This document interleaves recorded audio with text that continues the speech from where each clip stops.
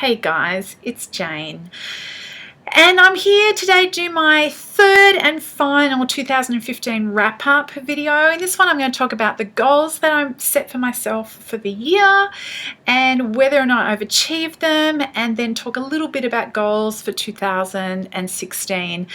Now, I didn't set very many goals for myself this year. In fact, I set two.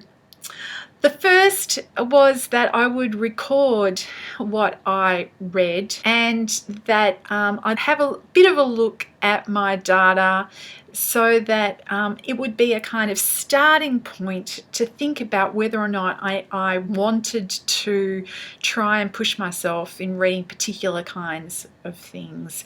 This is all part of the whole reading diversely movement, and just being conscious of what I'm taking in and thinking about that a bit critically. So the good news is I've achieved my goal. So I read 156 books. It may go up to 157 because I'm only 3 chapters away from the end of this, and it's just possible I'll sneak that in this afternoon.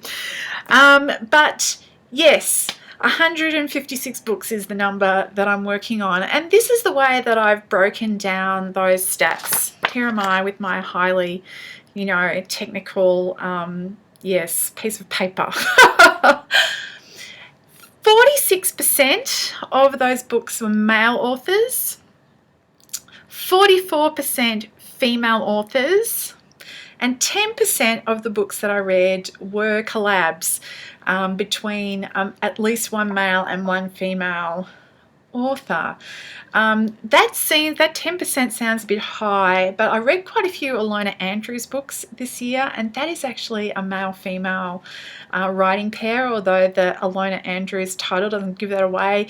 And a lot of my comics are also collaborative ventures, and often between women and men. So 46% male, 44% female. Yeah, I'm actually pretty happy with that. I thought that it was going to turn out the other way, that I would be slightly over female than male. I got that impression because when I was picking out all my favourites reads for the year, if you noticed, that was very largely female authored books.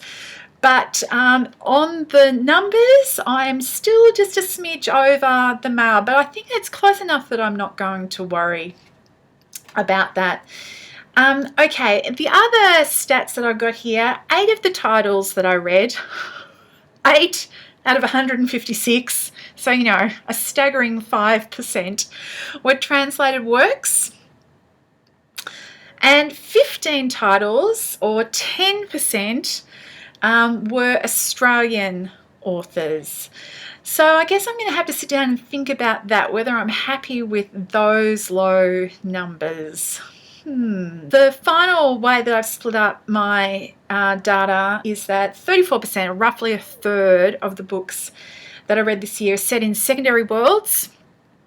So of the remaining 103 titles, 86% are set in the English-speaking West, largely, and only 14% of them were set outside of the English-speaking West, so in Africa, in the Middle East, in Asia, in non-English-speaking Europe.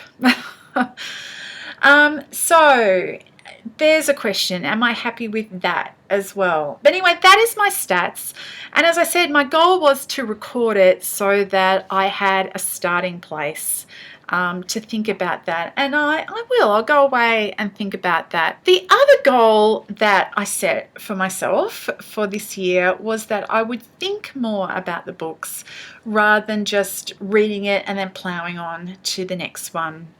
Okay, I think that I did okay with this up till sort of August, when everything in my life went pear-shaped. For those of you who are new subscribers, of which there are a few recently, and I'm glad to have you, and hello and welcome. You may not know, but I'm actually a bit over halfway through a pregnancy that's been quite difficult. And I was pretty much in bed for 4 months, not doing terribly much except trying not to throw up. I've kind of come out of that now, but it's that final third of the year, there's not been a lot of cogitation going on in any part of my life, really, and my reading's not immune from that either. I haven't really had the mental bandwidth to spend a lot of time thinking deeply about things because I've just not been feeling well. The reality for 2016 is that in April I'm expecting to welcome another little bundle of joy into the family. And if I stepped about 2 paces that away, I would be walking onto where the cot is going to be. So my booktubing life is going to be fairly impacted as the rest of my life.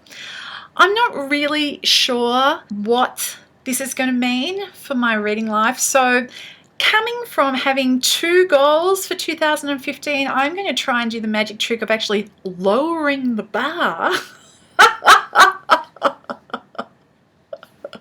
and setting only 1 goal for 2016, and that is that once again I will actually keep some sort of record of what I read. I don't know what the year is going to bring. It's just hard to know when there's a new baby on the cards. My first son was not an easy child. I didn't actually end up with postnatal depression, but I don't understand how that didn't happen because I basically didn't sleep for more than 3 hours at a stretch for 5 months after he was born. That was a very bad year. My second child was a much easier baby, so it's difficult to project and imagine what it's going to be, but it's going to be big. It's going to be exciting. It's going to be noisy. I don't know how much reading there is going to be, but I am hoping to stick around and still say hello to you guys as often as I can. And that is really all I have to say as far as goals for 2016. I hope you guys are having a good New Year's Eve wherever you are. I wish you all the best for 2016 in the new year. I'm just going to say goodbye now and wish everybody all the best. Hope you're all well, and I'll talk to you later. Bye-bye.